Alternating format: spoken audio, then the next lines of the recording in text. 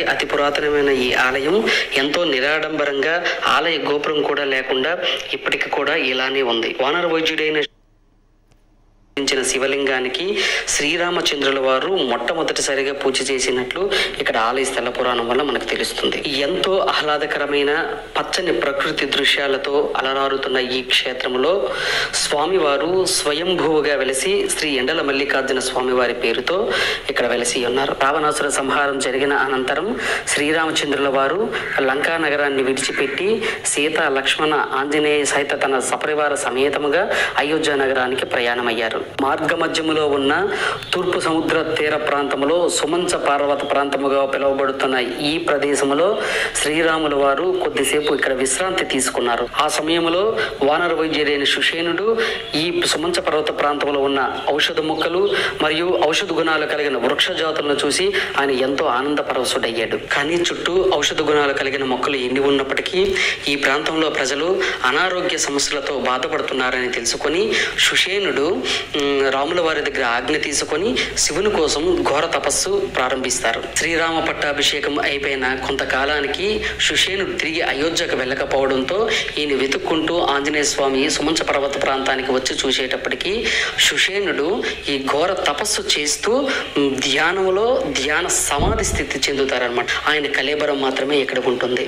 వెంటనే ఆంజనేయ స్వామి సుషేనుడి యొక్క కళేబరాన్ని చూసి దుఃఖముతో తన పాద ఘాతముతో ఒక గొయ్యి ఏర్పరిచి ఆ గోతులో సుషేనుడి శరీరాన్ని పెట్టి ఆనవాళ్ళ కోసం ఒక జింక చర్మాన్ని కప్పి తిరిగి అయోధ్యకు వెళ్ళి రాములు ఇక్కడికి తీసుకువస్తారు. శ్రీరాముడు తన పరివార సమేతంగా సుమంచ పర్వత ప్రాంతానికి వచ్చి ఆ జింక చర్మాన్ని తీసి చూసేటప్పటికి సుషేనుల వారి పార్థివ దేహం విచ్ఛిన్నమై దాని నుంచి ఒక శివలింగం ఉద్భవించి ఉంటుంది. ఆ శివలింగం మల్లెపూలతో కప్పబడి ఉంటుంది. సంస్కృతంలో జినం అంటే చర్మం అని అర్థం.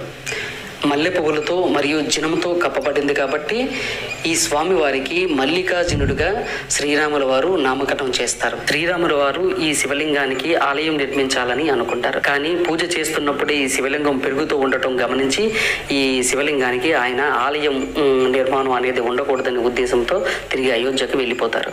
ద్వాపరయుగంలో దేశ సంచారం చేస్తూ అర్జునుడు సుమంచ పర్వత ప్రాంతానికి చేరుకుంటాడు. ఇక్కడ ఉన్న ఈ మహాశివలింగాన్ని చూసి ఆనంద పరవశుడి అర్జునుడు శివుని కోసం తపస్సు ప్రారంభిస్తాడు.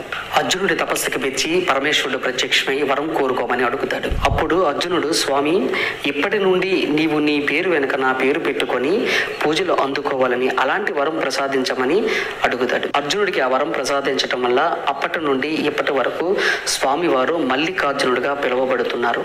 టెక్కలి రాజావారు హరిచందవన బృందావన జగద్దేవ్ గారు క్రీస్తు శకం 1824లో స్వామివారికి గర్భగుడి కట్టాలని ప్రయత్నించారు. కానీ ఏ రోజు కడుతున్న గోడలు ఆ రోజే కూలిపోవడం జరుగుతూ ఉండేది. రాజుగారికి స్వామివారు ఒక దివ్య రూపంలో కలలో కనిపించి, రాజా, నేను దేవ వైద్యుడైన సుషేనుడి శరీరం నుంచి ఉద్భవించిన శివలింగాన్ని, నా మీద నుంచి వీచే గాలి ఎంతవరకు వెళ్తుందో అంతవరకు ప్రజలు ఆరోగ్యంతో ఉండాలనే ఉద్దేశంతో నేను ఇక్కడ వెలిశాను. కావున నీవు గర్భాలయం నిర్మించి నన్ను బంధించవద్దు. నా మీద నుంచి సోకిన గాలి తగిలి ప్రజలు ఆరోగ్యవంతులుగా ఉంటారు. కావున ఆలయ నిర్మాణం చేపట్టవద్దని రాజావారికి స్వామివారు కల్లో కనిపించి చెప్పారు. అప్పటి నుంచి స్వామివారికి గర్భాలయం లేకపోవడంతో ఎండలో ఎండుతూ వానలో తడవటం వల్ల ఎండల మల్లికార్జున స్వామివారిగా నేటికి పిలువబడుతున్నారు.